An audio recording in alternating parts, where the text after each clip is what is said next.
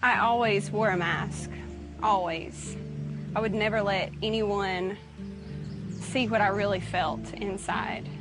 Since I was 2 weeks old, I went to church every Sunday. So from the outside looking in, it looked like a picture-perfect family, but on the inside, it was not okay.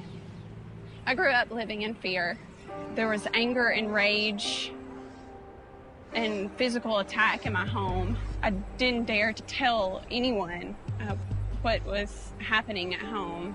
A script developed in my mind that just rolled constantly. You're fat, you're ugly, you're stupid, you're not worthy. So I began to look for acceptance outside my home.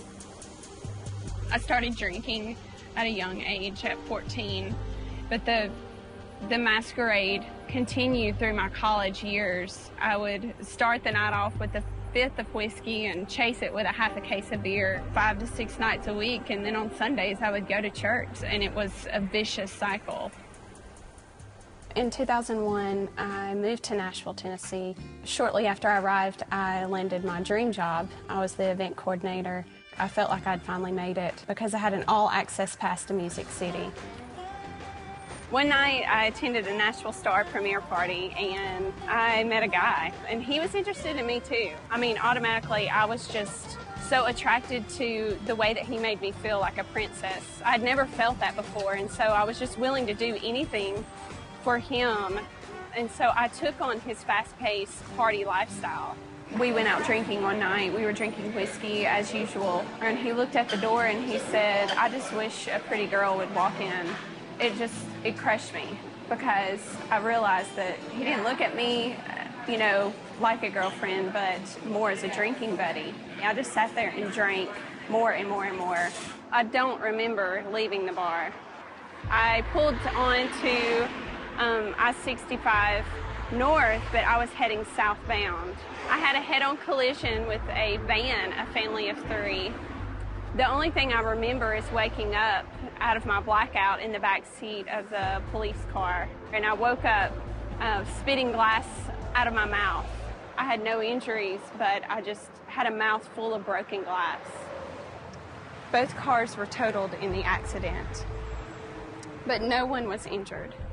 To say that it was a wake-up call is putting it lightly.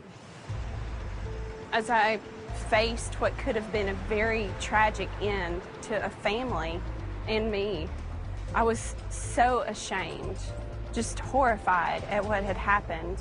But God was speaking to me in a way that I'd never known before.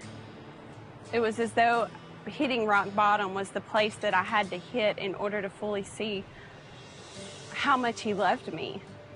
He was saying to me, "I am saving you because you are worth fighting for." That's all I needed to hear. My whole life, all I wanted to hear was that I love you and I want you. I just realized all of the horrible things that I've done in the past to feel loved and accepted, they were fleeting, it didn't matter, and that the only person that could feel that love and acceptance for me was God Himself.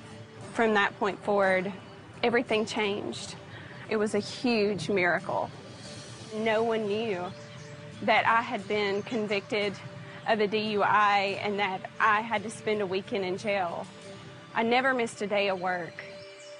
After the accident, Jesus became my everything. I became passionate about church in a whole new way. I began praying to God about how He would use me. I knew then that the mask of my life they fell away, that I didn't have to live a double life anymore. I found that the relationship that I wanted my whole life with love and acceptance and self-worth was right there for me. And it was Jesus.